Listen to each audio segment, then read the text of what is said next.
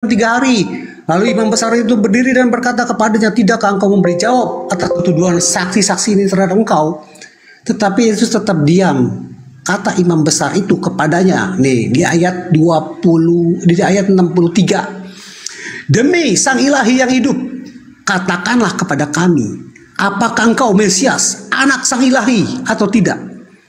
Jawab Yesus, engkau telah mengatakannya.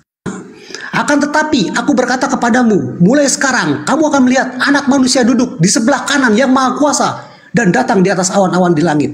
Yesus menyatakan kalau dirinya adalah sosok yang dilihat Nabi Daniel di kitab Daniel 17. Di kitab Daniel 7 ayat 13 tuh. Maka imam besar itu mengoyakkan pakaiannya dan berkata, ia menghujat Sang Ilahi. Untuk apa kita perlu saksi lagi? Sekarang telah kamu dengar hujatnya. Bagaimana pendapat kamu? Mereka menjawab dan berkata, ia harus dihukum mati. Jadi orang-orang Yahudi mencari saksi palsu supaya Yesus bisa dihukum mati. Tapi mereka tidak mendapatkannya. Sampai ketika Yesus mengaku dirinya adalah Mesias, anak Sang Ilahi. Dan Yesus menyatakan dirinya adalah Anak Manusia yang duduk di sebelah kanan Yang Maha Kuasa dan datang di atas awan-awan di langit, seperti penglihatan di kitab 7 ayat 13. Di situ mereka sudah tidak memerlukan saksi lagi. Maka imam besar itu mengoyakkan pakaiannya dan berkata, ia menghujat Sang Ilahi. Untuk apa kita perlu saksi lagi? Itu tuduhan Yesus dihukum mati. Silakan Bang Peta. Ya, Oke. silakan. Bentar dulu. Diam aja dulu dia. Jadi gini, ini Bang Mentil ini apa ya? Tidak tahu apa yang dia ceritakan itu, tidak ngerti. Justru kata-kata dia menyamakan dirinya dengan Allah, itulah tuduhan palsu yang itu. Tadi kan sudah aku bacakan. Mereka ingin membunuh Yesus dengan tipu muslihat. Apa bentuk tipuannya? Mencari kesaksian palsu. Yesus tidak pernah menyamakan dirinya dengan Allah supaya bisa dibunuh, dikatakan, dituduh, menyamakan. Nah, ini dibuat dalil oleh Kristen. Disitulah kebotolan Kristen. Tata, buktinya Yesus ini menyamakan dirinya dengan Allah. Yahudi, kenapa Yahudi membunuh dia? Karena dia menyamakan dirinya dengan Allah. Padahal Yahudi ini tuduhan palsu kata-kata itu. Yesus ini sebenarnya tidak pernah menyamakan, tapi supaya mereka ini bisa membunuh Yesus, dituduh kesaksian palsu dengan cara dia menyamakan dirinya dengan Allah. Bukan menyamakan itu, itulah tuduhan palsunya.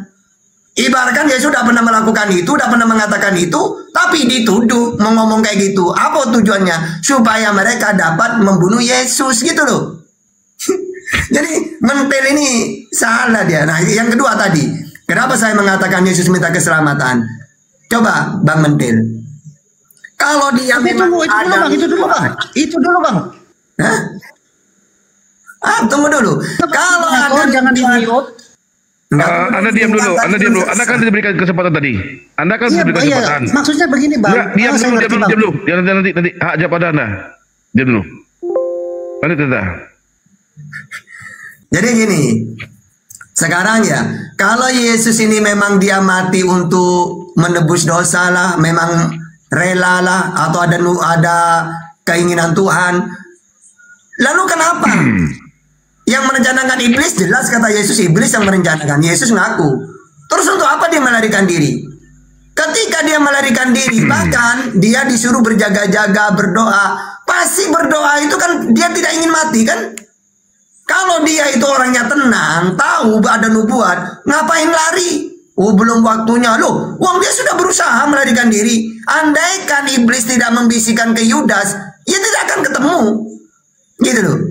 Jadi dia itu, coba baca ayatnya. Dia ketakutan sampai keringatnya berbintik-bintik. Sampai minta tolong ke malaikat dia. Lalu Tuhan mengutus malaikat untuk memberi kekuatan.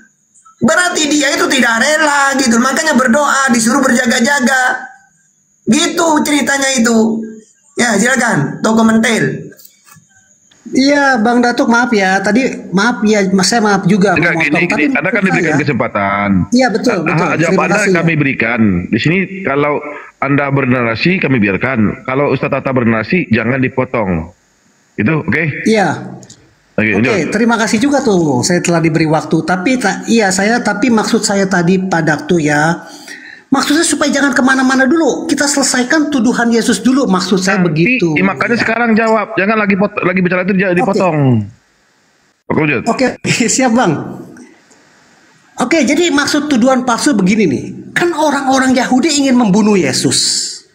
Tapi kan mereka butuh tuduhan gitu. Karena kalau nggak ada tuduhan orang kan nggak bisa dihukum. Nah oleh karena itu imam-imam kepala mengumpulkan saksi-saksi palsu, mengumpulkan tuduhan supaya bisa memberikan tuduhan palsu. Jadi di Matius 26 ayat 59 ini Yesus di depan mahkamah agama nih. Di situ dikatakan imam-imam kepala dan seluruh mahkamah agama mencari kesaksian palsu terhadap Yesus supaya ia dapat dihukum mati. Tetapi mereka tidak memperolehnya walaupun tampil banyak saksi dusta. Mereka nggak menemukan tuduhan untuk Yesus. Apa tuduhannya? Kalau orang benar yang melakukan banyak mujizat, menyembuhkan banyak orang harus dihukum mati. Tuduhannya apa? Nggak ada. Mereka nggak menemukan tuduhan untuk Yesus. Tetapi sampai pada saat ketika imam besar berkata kepada Yesus di ayat 63. Lalu kata imam besar itu kepadanya, demi Sang Ilahi yang hidup, katakanlah kepada kami, apakah engkau Mesias, anak.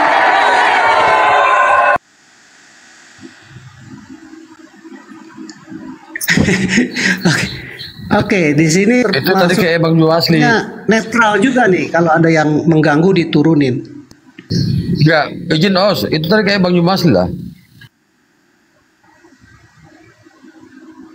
Iya, sampai akhirnya ada seorang imam besar berkata, asli, soalnya saya ikuti, kalau nggak asli saya ikuti. Kayak tadi asli tuh. Siapa yang ngeluarin? Nggak tahu. Enggak ada rame tadi. Siapa yang ngeluarin? Sekarang minta buat permintaan lagi Bang Juma. Tadi kayak asli, karena saya ikuti. Kalau nggak asli nggak saya ikuti. Coba mungkin minta naik lagi. Siapa? Mungkin moderator di bawah mungkin. Enggak rame tadi. Gurunda naik lagi kalau memang Gurunda.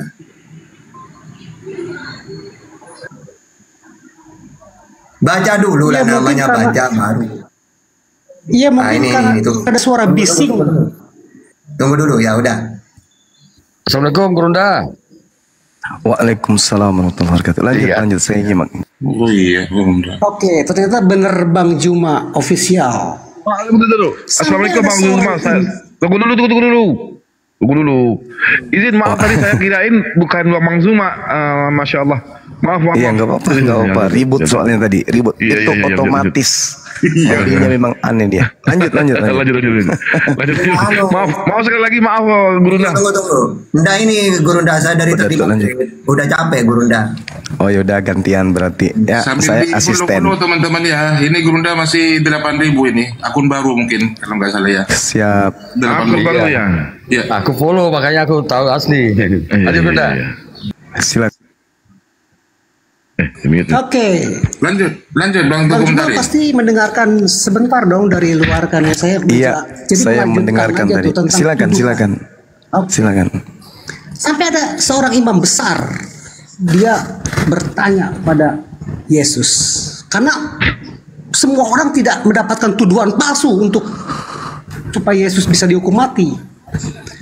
Akhirnya ada seorang imam besar berkata, demi Sang Ilahi yang hidup, katakanlah kepada kami, apakah engkau Mesias, anak Sang Ilahi atau tidak? Jawab Yesus, engkau telah mengatakannya. Akan tetapi, aku berkata kepadamu, mulai sekarang kamu akan melihat anak manusia duduk di sebelah kanan yang Maha Kuasa dan datang di atas awan-awan di langit. Yesus mengutip Daniel 7 ayat 13. Maka imam besar itu mengoyakkan pakaiannya dan berkata, ia menghujat Sang Ilahi. Untuk apa kita perlu saksi lagi? Sekarang telah kamu dengar hujatnya. Jadi mereka sudah tidak membutuhkan saksi palsu lagi. Mereka sudah tidak membutuhkan tuduhan palsu lagi. Untuk apa kita perlu saksi lagi? Kita perlu saksi lagi. Ia menghujat Sang Ilahi. Bagaimana pendapat kamu? Mereka menjawab dan berkata, ia harus dihukum mati. Itu tuduhan Yesus disalib. Tuduhannya menghujat Sang Ilahi karena menyamakan dirinya dengan Sang Ilahi. Silakan. Oke, baik. Auzubillahiminasyaitonirrajim. Bismillahirrahmanirrahim. Saya mengawali dengan membaca ayat suci Al-Quranul Karim. Ketika Nabi Isa alaihissalam kemudian datang ke tengah-tengah Bani Israel, di situ nggak ada Islam, di situ nggak ada Kristen, penulis Bible pun tak ada, penulis Al-Quran pun tak ada. Al-Quran memberitakan Innallaha Rabbi wa Rabbukum fa'budu hadza siratun mustaqim. Nabi Isa menjelaskan di tengah-tengah Bani Israel bahwa dia sesungguhnya diperintahkan untuk menyembah kepada Allah, Tuhannya Nabi Isa dan Tuhannya Bani Israel, itu adalah jalan yang lurus. Keadaan bergulir kemudian. Falamma ahassa Isa minhumul kufra qala man ansari ilallah qala al-hawariyun nahnu ansarullah amanna billah wa syahada bi anna muslimun. Maka ketika Nabi Isa kemudian merasakan pengingkaran demi pengingkaran, penolakan demi penolakan, kedurhakaan demi kedurhakaan Bani Israel kepada dirinya dan juga kepada Allah, Nabi Isa kemudian bertanya kepada orang-orang yang ada sekelilingnya, siapa yang akan menjadi penolong untuk menegakkan agama Allah? Para murid kemudian berkata, nahnu ansarullah, kami yang akan menolong ajaran Allah yang dititipkan kepadamu. Nah ini, jadi di situ kemudian Nabi Isa melihat pengingkaran-pengingkaran, ingkar mereka terhadap Nabiullah Isa alaihissalam. Nah sekarang muncul Kristen, muncul Islam dengan pola yang berbeda. Muncul pertanyaan kemudian, kisru yang terjadi itu seputar umat Islam atau seputar umat Kristen? Ternyata kisru yang terjadi pada zaman itu adalah seputar umat Israel.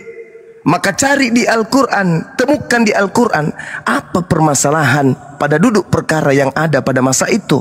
Cari juga di Bible apa yang menjadi pokok masalah yang terjadi pada masa itu. Pasti yang tercakup di sini bukan Islam, bukan Kristen, tapi yang tercakup di sini adalah satu, Yesus; dua, Bani Israel; tiga, ahli Torah; empat, orang Farisi; lima, mahkamah agama; dan juga yang keenam adalah imam kepala. Maka di mana kita bisa menemukan itu? Yang pertama di dalam Yohanes 11 nomor 45. Kita baca. Banyak di antara orang Yahudi yang datang melawat Maria. Ketika kemudian kejadian ini dilatar belakangi bagaimana Yesus membangkitkan Lazarus, orang semua pada kaget sekaget-kagetnya. Ini anak zina, anak haram, kok bisa dia membangkitkan orang mati? Kaget sekaget-kagetnya. Mereka menyaksikan apa yang diperbuat oleh Yesus terhadap Lazarus. Lalu kemudian di antara mereka ada yang datang melapor ke orang Farisi, menceritakan, mengadu, siap komandan, apa yang terjadi? Mereka kemudian imam-imam kepala dan orang-orang Farisi memanggil mahkamah agama. Mereka berkumpul, mereka berkata, apa yang harus kita perbuat? Nah tuh, ini awalnya. Apa yang harus kita perbuat? Sebab Yesus ini terbukti membuat banyak mukjizat. Apabila kita biarkan Yesus ini berulah, maka semua orang yang percaya kepadanya, dia akan dipercayai, dan orang-orang Roma akan datang dan merampas tempat suci kita dan bangsa kita. Tuh alasannya tuh. Ini bukan dosa waris, bukan menghujat Allah, bukan. Mereka kemudian berkumpul, apa yang harus kita lakukan? Tuan rumah dong yang harus kita dudukkan perkara ini. Tuan rumah berkumpul, orang Yahudi, imam kepala, orang Farisi, mahkamah agama, berkumpul mereka, sepakat. Apa yang harus kita lakukan ini? Hei, kalau kita biarkan ini Yesus, maka orang-orang semua akan percaya kepada dia loh. Dan kalau itu terjadi, maka penjajah Roma akan datang merampas tempat suci kita dan bangsa kita. Ini bung, ini latar belakangnya. Kenapa muncul kesaksian bohong, bodong, palsu, tipu muslihat yang tadi yang Anda buat itu, yang Anda jelasin. Ini latar belakangnya. Karena orang Yahudi gelisah, orang Farisi gelisah, mahkamah agama gelisah, ahli Taurat kemudian gelisah, maka mereka kemudian berkumpul dan memanggil imam kepala. Nah, pada saat itu saudara, ada Imam Kayafas, posisinya jabatannya paling tertinggi. Dia adalah imam besar pada tahun itu. Sebagai imam besar, Kayafas berkata, kalian gelisah, kalian khawatir, kalian takut, kalian tidak insaf, kalian tidak tahu apa-apa. bahwa lebih berguna bagi kamu jika Yesus satu orang itu mati untuk bangsa kita, untuk bangsa mereka loh, bukan untuk Kristen. Maaf nih, bukan untuk orang Indonesia, bukan untuk orang Belanda, bukan, untuk bangsa kita. Adalah lebih berguna jika satu orang Yesus ini mati daripada seluruh bangsa kita ini binasa, Cok. Ini hal itu dikatakannya bukan dari dirinya sendiri. Tuh. Jadi ini bukan cuman bualan dari Kayapas, melainkan sebagai imam besar tahun itu dia bernubuat bahwa Yesus akan mati untuk bangsa Israel. Kristen belum ada, belum ada orang yang keluar dari kubur, belum, masih jauh. Cerita itu muncul nanti belakangan di pedesaan. Belum. Jadi yang terjadi pada masa itu di TKP, itu duduk perkaranya. Orang Yahudi, mahkamah agama, orang Farisi, imam kepala, mahkamah agama, berkumpul dan bersepakat, Yesus harus mati untuk bangsa Israel. Lalu apa katanya? Mulai hari itu mereka sepakat membunuh Yesus. Saya ulang. Mulai hari itu mereka sepakat membunuh Yesus. Tak ada Kristen. Oh, inilah anak domba yang datang. Alah, itu cerita belakangan yang ditulis oleh pengarang Bible.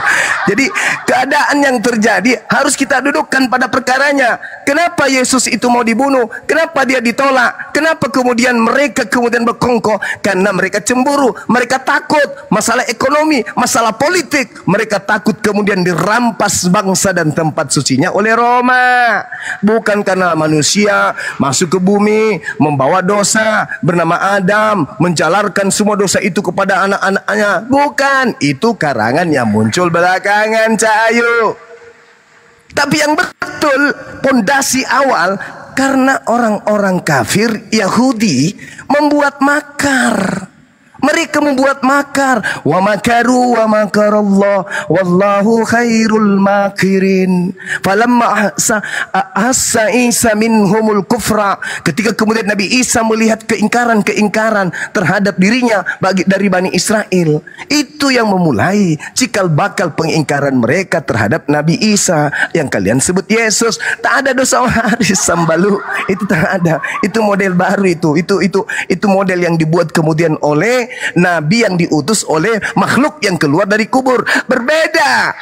Mulai hari itu mereka sepakat untuk membunuh Yesus. Karena itu, coba lihat nomor 54. Karena itu Yesus tidak lagi tampil di muka umum di antara orang Yahudi. Yesus berangkat dari situ ke daerah dekat padang gurun, ke sebuah kota yang bernama Efraim. Disitulah ia tinggal bersama-sama dengan murid-muridnya. Kalau suntikan wartawan atau informasi dari gereja itu betul, maka Yesus tidak mungkin menyingkir. Yesus ngapain ke Efraim? Harusnya dia mengatakan, hei Sambalu, sudah tiba saatnya aku Tuhanmu mati di tanganmu untuk menebus dosa-dosamu. Siapkan kayunya, siapkan pakunya, siapkan talinya, gantunglah aku, tombaklah aku. Itu kalau apa yang disampaikan gereja itu betul. Tapi itu kan obat kuping yang muncul belakangan, Cak Ayu. Jadi kita harus dudukkan perkara yang sesungguhnya. Yesus ingin disalib karena orang-orang Yahudi sebagai tuan rumah, sebagai umatnya, takut bangsanya dirampok sama Roma dan takut bangsanya dirampas oleh penjajah Roma. Dosa waris itu nanti karangan Om Paulus. Gak ada itu, kawan. Jadi mari kita belajar mendudukkan sistematika kemudian keadaan secara histori berdasarkan kitab yang kita pegang. Jangan ngarang-ngarang hanya karena iman. Ingat, iman tanpa perbuatan adalah buta, tapi iman tanpa akal adalah gila. Jadi harus berakal untuk mengkaji. Ini literasi. Kalau Anda beriman tanpa perbuatan, ya Anda gila katanya. Sedeng, tapi apa? itu buta. Tapi kalau iman tanpa akal, itu namanya gila. Itu namanya gila. Tempatnya rumah sakit jiwa, bukan di sini. Nah, sekarang yang menjelaskan itu siapa? Al-Quran yang menjelaskan, dan juga yang menjelaskan itu adalah Bible Anda sendiri. Yohanes 11 nomor 45 sampai nomor 57. Ternyata cikal bakal adanya upaya pencegahan terhadap Yesus semata-mata karena hanya faktor ekonomi dan faktor politik. Nanti kemudian Yesus berkata, waspadalah ya, kalianlah ya, saya yang tadinya mau dibunuh hanya gara-gara faktor ekonomi, nanti si penyesat akan menggorengnya. Aku dibunuh untuk dosa waris, ayo berubah dia. Berubah dia, si penyesat nanti akan merubah-rubah. Oh, dia dengan darahnya, dengan dagingnya, dengan tulangnya, dia akan menghapus semuanya dan garambang. Itu tak ada dalam konsep awal terjadinya kemudian pengingkaran Bani Israel terhadap Yesus. Itu tak ada. Semata-mata aku ingin dibunuh dikarenakan mereka cemburu karena banyaknya mujizat aku lakukan. Coba Anda lihat bagaimana ketika Yesus dicekal ingin dibunuh di dalam Yohanes 8. Apa yang mereka katakan? Engkau ingin membunuhku karena kalian tidak memperoleh firman di dalam dirimu. Aku yang memberitakan firman kepada kalian apa yang kudengarkan dari Bapa. Ingin kau bunuh. Hal seperti ini tidak dilakukan oleh Abraham. Lalu apa kata mereka yang ingin membunuh Yesus? Abraham adalah bapak kami. Yesus menanggali, kalau Abraham adalah bapakmu, kenapa kau ingin membunuh aku? Harusnya orang-orang Yahudi berkata, aku ingin membunuh kamu karena aku paham di dalam kitab kita kamu dinubuatkan untuk mati. Benarkah demikian? Tak ada sama sekali, tak ada. Malah Yesus mengatakan, iblislah yang menjadi bapakmu. Kenapa mereka dikatakan iblis yang menjadi bapakmu? Karena mereka ingin membunuh Yesus. Itu poin perkara. Muncul kemudian beberapa puluh tahun kemudian muncul konsep, untuk itulah Yesus datang agar mati dan bangkit untuk menjadi Tuhan bagi Roma dan Yunani. Salah konsep. Yesus berkata, hati-hati lo ya, sebentar nih setelah aku pergi akan muncul penyesat mengaku Kristus dan akan mengajarkan sesuatu yang tidak aku ajarkan. Namanya penyesat yang berbeda dengan aslinya. Aslinya mengatakan bahwa orang-orang yang ingin membunuhnya adalah anak-anak setan. Tetapi ketika penyesat itu datang, yang membunuhnya ini justru jadi pahlawan. Oke, saya kira begitu saudara. Yang mana yang saya temani tadi diskusi? Yang mana? Yang mana? Arif, Daif, Raja, Toko. Sorry. Jadi sekali lagi saya katakan saudara, berbicara mengenai penyaliban yang terjadi, itu latar belakang pondasi permasalahannya adalah karena Bani Israel cemburu akan kemampuan Yesus memberikan mujizat di tengah-tengah Bani Israel, dan itu dikhawatirkan akan menarik simpati orang-orang Yahudi sehingga orang-orang Yahudi tidak lagi membayar pajak sebagaimana yang diterangkan dalam Lukas 23 nomor 2. Di situ mereka mulai menuduh Yesus. Mereka berkata, kami dapati orang ini menyesatkan rakyat. Ia menghasut orang supaya jangan membayar pajak kepada kaisar, sebab katanya ia adalah Kristus, seorang raja. Ini latar belakang kekhawatiran Bani Israel. Takut bangsa mereka dirampas oleh penjajah Roma, disebabkan karena adanya muncul orang yang jauh lebih hebat bermujizat namun tak mampu mengusir penjajah Romawi pada saat kala itu. Demikian. Silakan. Iya, yang Bang Juma katakan kan itu kejadian atau penyebab orang Yahudi ahli-ahli Taurat memang kepala ingin membunuh Yesus. Terus tuduhannya apa? Itu yang sedang saya tadi jelaskan. Abang ngomong panjang lebar, tapi apa intinya apa? Abang mau nanya apa? Coba Anda baca di dalam Yohanes 11 ya, saya nomor 53. Itu kan penyebabnya. Oleh sebab itu orang-orang Yahudi ingin membunuh Yesus. Mulai hari itu mereka sepakat. Mulai hari itu mereka sepakat membunuh Yesus. Dengan cara apa? Dengan cara apa? Mereka mengumpulkan saksi-saksi palsu. Baca Matius 26 nomor 3, nomor 4, nomor 30, nomor 59.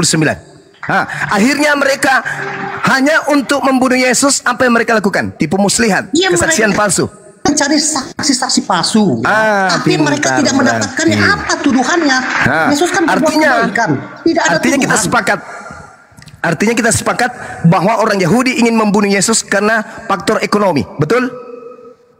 Ya saya udah tahu itu. Mereka betul. merasa terancam dengan Berarti adakah Pekerjaannya karena dosa terancam waris? karena orang percaya Yesus.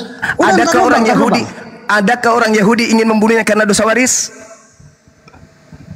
Dia nggak percaya kan, gimana sih nanyanya ke Yahudi? Enggak, saya tanya, Orang Yahudi nggak ada percaya. enggak tuan rumah? Sama Ada aja enggak Anda ahli bertanya kitab gini, apakah mahkamah orang agama? percaya Yesus Mesias? Sama aja sabar begitu dulu. pertanyaan yang nggak percaya dia. Bukan, karena Ini pertanyaan konsep Anda sama dengan begini nih. Saudara, Apakah konsep orang yang ahli Taurat percaya Yesus Mesias? Ya nggak percaya. Gimana sih? sekarang Udah latar saya dulu belakang tadi kan abang ngomong panjang lebar nggak ada isi sebenarnya. Yang abang ngomong saya udah tahu. sekarang latar Itu belakang kan orang Yahudi. penyebab orang Yahudi ingin membunuh Yesus. Karena Tuduhannya apa? Yang saya sedang jelasin itu karena tuduhannya. faktor apa orang Yahudi? Tuduhannya apa, Bang? Ya dia kan menjadi Anda yang membunuh turun Yesus atau karena saya yang faktor turun nih? ekonomi, karena Anda yang turun atau tersaingi. saya yang turun? Akhirnya ketika membunuh, tuduhannya apa? Nggak tahu dia ini diskusi ditanya apa ngomong apa nggak nyambung. Nah, Nggak nyambung ente itu. Kalau mau menutupi aib tidak begitu caranya. Saya bernarasi panjang lebar itu. Diam dulu kamu. Diam dulu kamu kawan. Kamu gantungan kunci diam dulu. Saya bernarasi panjang itu memberikan waktu kepada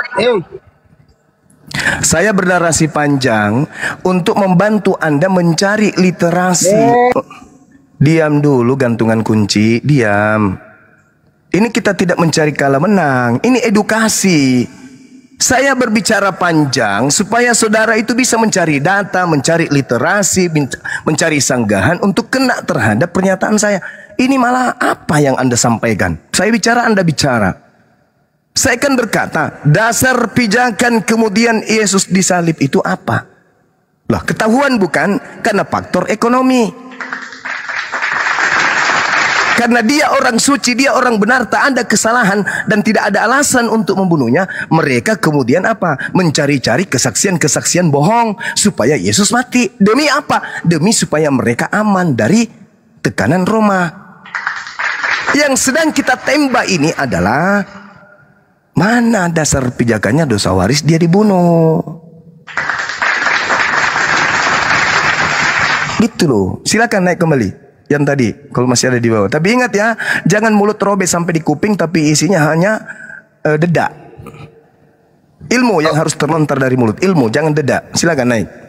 Ayo, komentari silakan naik lagi.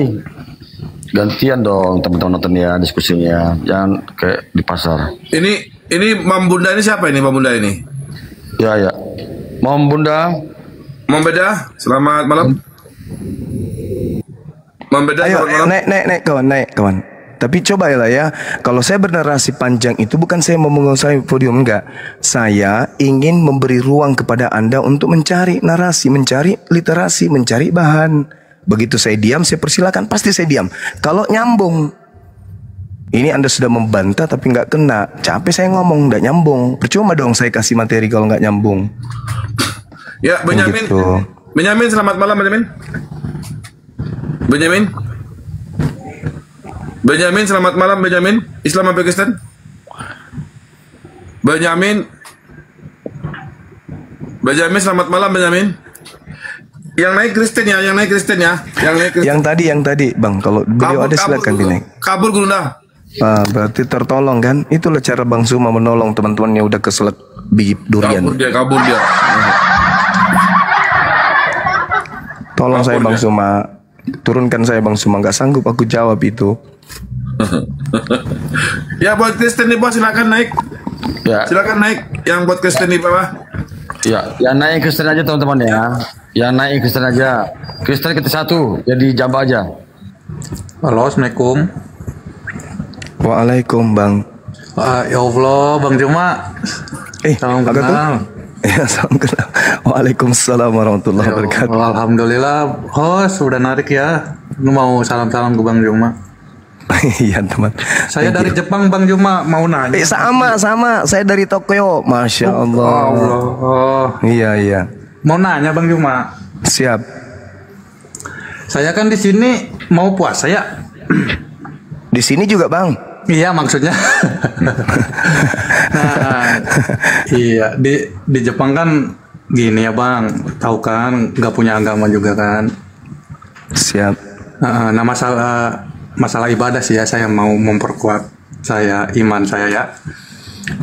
Maksudnya kan sholat Jumat kita bang di sini tuh banyak yang bolong. Maksudnya itu tuh katanya ya kalau bolong sampai 3 kali itu gimana itu bang? Nah ini jurusannya Ustaz Tata ini. Kalau saya ini kan bagian ini bagian eksekusi teman-teman sebelah Ustaz Tata tuh. Dinda. Oh tidur. Ya, Bunda. Ada yang bertanya sholat Jumat 3 kali berturut-turut katanya dia dapat hadiah cincin. Betul nggak itu? Enggak, hadisnya itu kalau 3 kali dianggap ya imannya ya lemah, terus kayak munafik kayak gitu. Kalau sengaja. Iya kalau sengaja, karena kalau sholat Jumat itu banyak syaratnya kan. Harus ya mukim, ya laki-laki, perempuan enggak wajib. Nanti ada rukunnya, ada khutbahnya gitu. Makanya kalau bolong itu maksudnya kalau tidak ada udzur. Nah kalau ada udzur diganti sholat zuhur, jangan sampai tidak sholat sama sekali. Betul. Gitu ya bang ya. Makasih, masya Allah. Ini lintas agama ini bang, biar ada anu bang. Jadi sahabat yang tadi kalau masih mendengarkan di bawah itu kan darurat di sana, tak ada masjid, misalnya nih jauh, misalnya kan ya sudah gitu abang di bawah tekanan, ya ganti aja dengan salat zuhur, insya Allah aman. Yang penting jangan ada masjid tapi ganti aja zuhur, nggak boleh, harus sholat Jumat kalau memang tidak ada uzur. Uzur itu hal yang membolehkan untuk dibatalkan atau tidak dilaksanakan, namun diganti nantinya. Mana temanmu tadi, Petra? Bawa sini lagi, suruh naik. Kok diturunin? Enggak, tadi diundang diturun. Tadi nak tabrak-tabrakan tadi, bro. Cuma Allahmu itu Allah yang maha hadir ya. Ya iyalah, kalau nggak hadir mah hancurlah alam semesta ini. Lucu ente ini. Yes, jadi yang menjaga alam semesta ini, tunggu. Yang menjaga alam semesta ini siapa menurut kamu? Lo Tuhan Yesus dong. Mana dia Yesus? Mana? Nah. Mana? Di dalam Yohanes 1. Mana? Enggak, saya tanya mana Yesus sekarang mana? Menjaga Indonesia mana dia? Di mana? Tetapi orang-orang kepunyaannya itu tidak menerimanya. Dunia dijadikan olehnya, tetapi dunia tidak mengenalnya. Nah, sekarang pertanyaannya, kalau Allahmu Allah yang maha hadir, Allahmu bisa nggak ke toilet? Jawab. Emang kau pikir Tuhan saya itu manusia ke toilet? Yesus kapang. Kalau ada orang Yesus kalau kebelet kemana dia? Sebentar. Kalau ada orang di toilet sedang sakit. Lucu. Udah. Jatuh di toilet. Apakah Allahmu bisa hadir di sana? Jawab. Diam. Jawab. Silakan naikkan Kristen. Diam. Jawab. Jangan kau pikir Tuhanku itu sama seperti Tuhanmu. Jangan kau samakan Tuhan kita. Jangan. Tuhanmu makhluk, Tuhan saya bukan makhluk. Bagi Tuhan saya ini, alam semesta ini seperti butiran pasir. Paham kau? Tuhan saya maha besar, gak seperti sembahanmu kawan. Jadi pertanyaan itu aneh, lucu. Pertanyaan itu cocok untuk pendeta mungkin. Kamu dijelaskan pun tidak akan pernah bisa ngerti karena kamu teman lama saya. Ku jelaskan pun percuma. Tidak ada alat di kepalamu yang bisa menerima jawaban saya, bisa menampung, nggak bisa. 1 tambah 1 tambah 1 aja kok nggak bisa tampung jawabannya. Gimana mau membahas Tuhan? Ya, Fitri, selamat malam Fitri. Selamat malam Fitri. Islam apa Kristen? Fitri, selamat malam Fitri. Islam apa Kristen? Tuhannya pingin pipis. Astagfirullahaladzim ya Allah ya kan. Allah. Jadi Allah itu tidak bisa digambarkan dengan makhluk karena dia bukan makhluk. Nggak ada di atas muka bumi ini yang bisa digambarkan dengan beliau, dengan Allah itu. Laisa kamitslihi syai', tidak ada yang serupa. Mau diserupakan dengan apa? Nggak bisa. Kau serupakan pergi ke toilet, berarti kau serupakan dengan makhluk. Tuhanku tidak serupa makhluk. Susah itu. Lucu. Ya, buat yang Kristen yang di bawah silakan naik ya. Yang Islam jangan minta permintaan naik. Yang Islam jangan permintaan naik. Karena kita ada diskusi di sini. Ya. Yang Islam jangan minta permintaan naik. Ya. Ini ya, yang Islam jangan.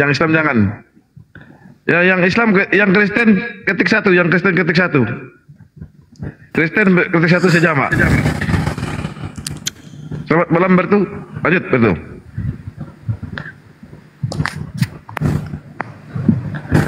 Jadi latar belakang penyaliban, rencana penyaliban itu bukan karena dosa waris, tapi karena faktor ekonomi. Itu yang betul. Politik ekonomi yang menyebabkan terjadinya latar belakang rencana penyaliban terhadap Yesus. Tak ada hubungannya dosa waris. Selamat malam Misar malam. Ini ada Bertu bang. Ini Kristen bang Bertu. Lambertu. Ya selamat malam semuanya. Malam kawan malam. Gimana kabar? Baik, saya baik, alhamdulillah. Oke. Abang gimana? Kira-kira nih. Oh, aman, sehat. Nah, sehat. Puji Tuhan. Iya. Oke. Abang ini Bang Suma atau tidak nih? Saya Bang Suma. Iya. Bisa on cam Bang? Biar lihat muka dong. Ada gimana ya? Jangan Bang. Gak ada helm. Biar kita lihat muka.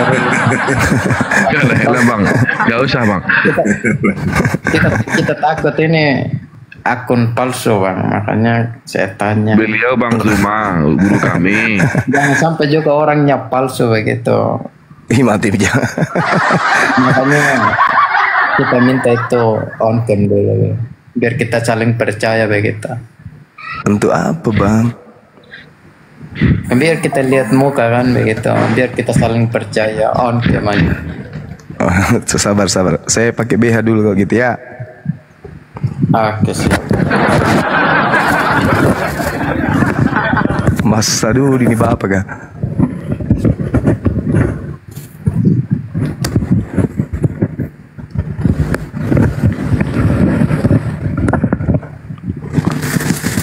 Ini gara-gara apa tadi ini disuruh kita?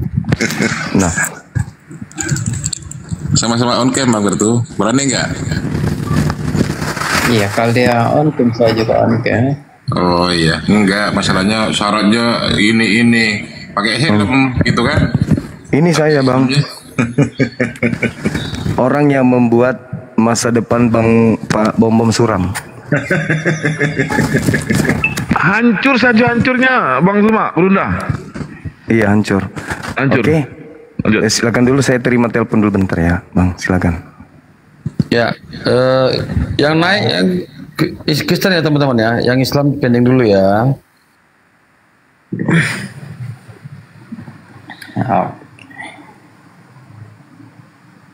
Bang Suma masih terima telepon dari, kita tunggu aja Bang Suma. Ya, sambil menunggu Bang Juma telepon. Yang Islam tolong dipending dulu ya. Narasumber kita cuma satu di atas. Tolong yang Islam dipending dulu teman-teman. Yang Kristen ketik satu ya, biar jambak aja. Kristen ketik satu biar jambak aja.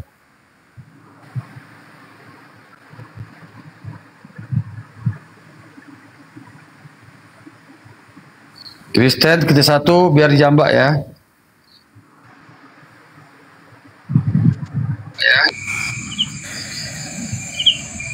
Ya, Roy. Selamat malam Roy. Islam Kristen. Bang. Kristen Bang. Oke, lanjut.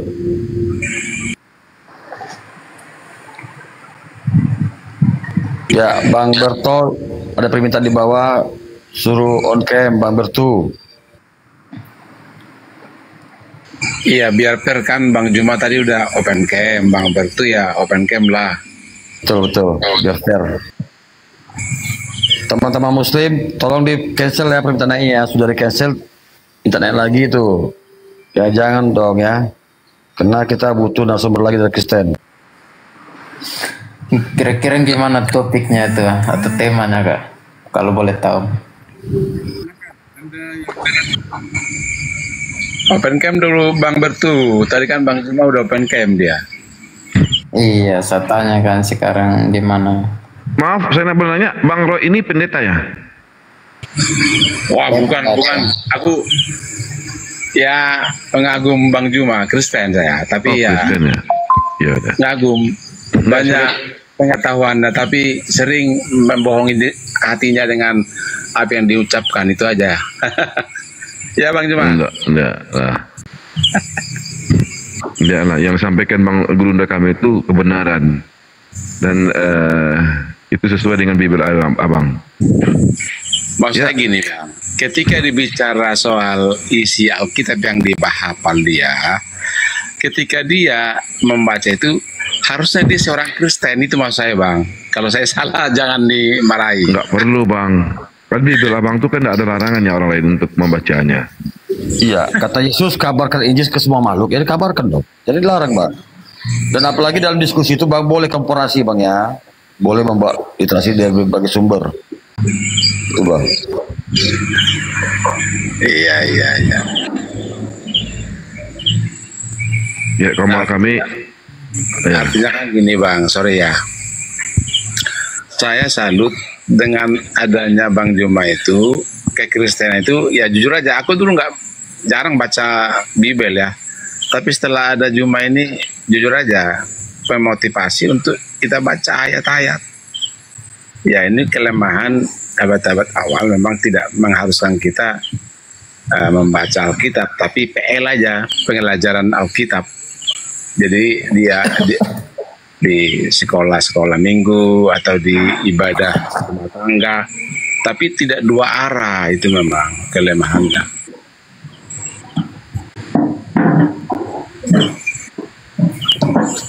Makanya sekarang kan apologet Kristen udah mulai banyak, sehingga kan banyak mempertahankan imannya supaya jangan salah paham kawan-kawan Muslim kepada Kristen. Itu yang saya tangkap, itu Bang.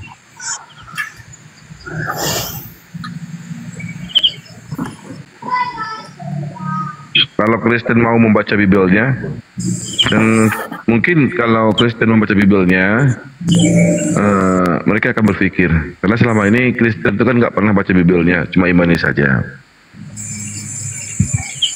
Kalau saya bacanya tidak saya baca Alkitab saya baca Bible saya. Kalau menurut saya, kalau orang Kristen banyak baca Bible Bang. Kalau orang Kristen banyak baca Bible kayak aku Bang, mualaf. Perbanyak baca gimana itu tapi saya baca. Bro, raja apa itu? Raja mentah kan? Iya Bang. Waktu aku masih Kristen Bang, aku gak pernah baca Bible.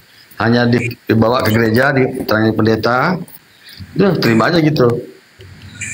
Tapi sekarang, sorry, mohon maaf kalau saya tanya, dulu Protestan atau karismatik atau Protestan Bang, KBP saya dulu.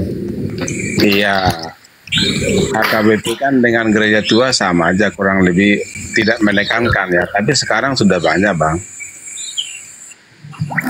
Bagaimana Bang Suman bisa mau diskusi dengan dia, cerita tentang apa Kak? Silakan Bang, nanti pilih. Bang cuma teleponnya orang banyak mau ninggi kau nunggu Anda ini.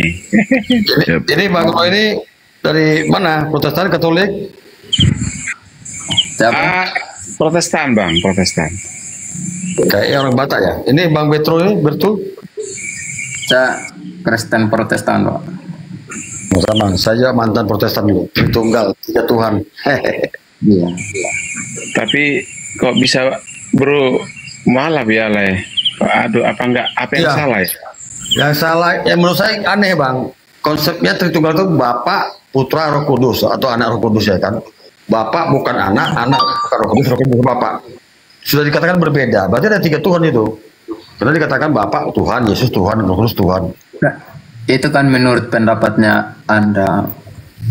Coba logika saya tentang keberadaan Tuhan itu Bang, bukan soal jumlah itu, keberadaan Tuhan, kebagaimanaan Tuhan itu maksudnya, bukan soal jumlah itu Bang.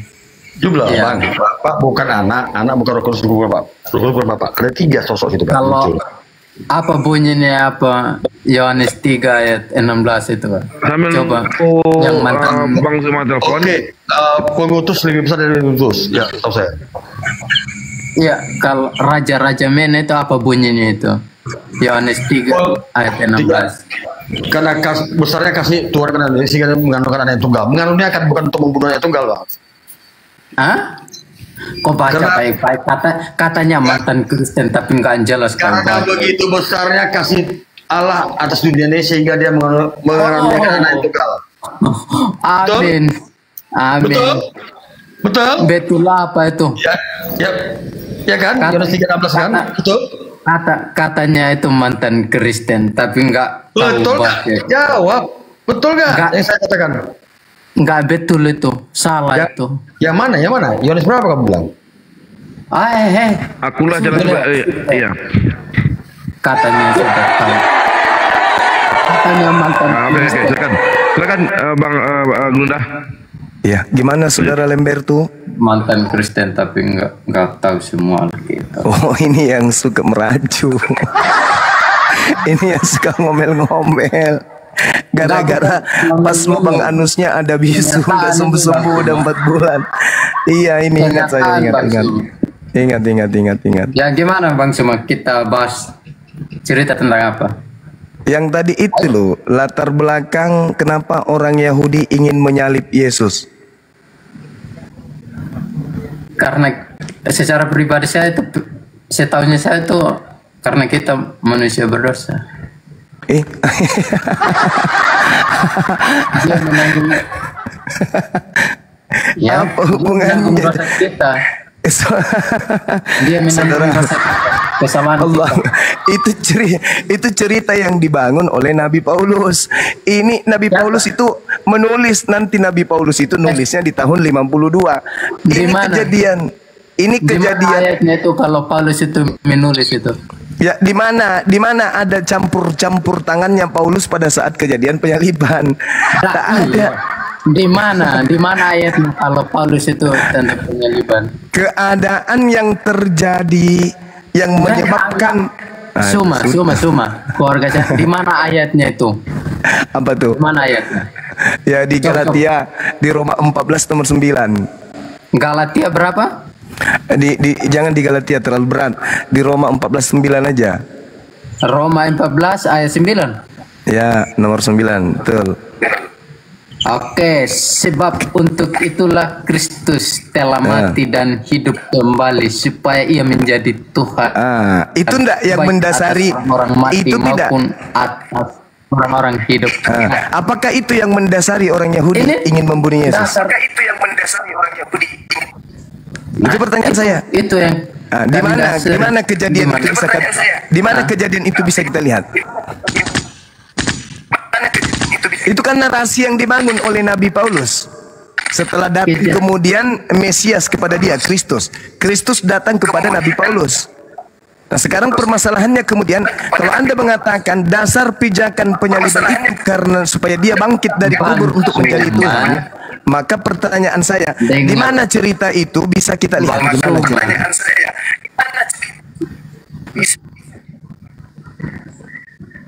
Di mana cerita itu bisa kita baca di Bible bahwa orang-orang sepakat membunuh Yesus supaya Yesus mati. Suara Bang Bertu kurang jadi apa? Bang Suma, ini bukan Nabi Paulus. Ini lalu kalau bukan Nabi Paulus, kalau bukan Nabi Paulus, lalu tulisan dia 13 buku itu apa? Dia rasul.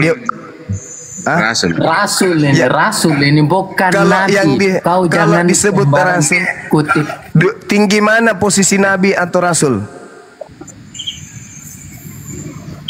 Ya Nabi. Oh, lebih tinggi Nabi. Iya. Berarti Paulus jatuh grade, dia berarti jatuh derajat karena sebelum dia menjadi Paulus dia disebut Nabi Saulus. Nabi Saulus? Iya.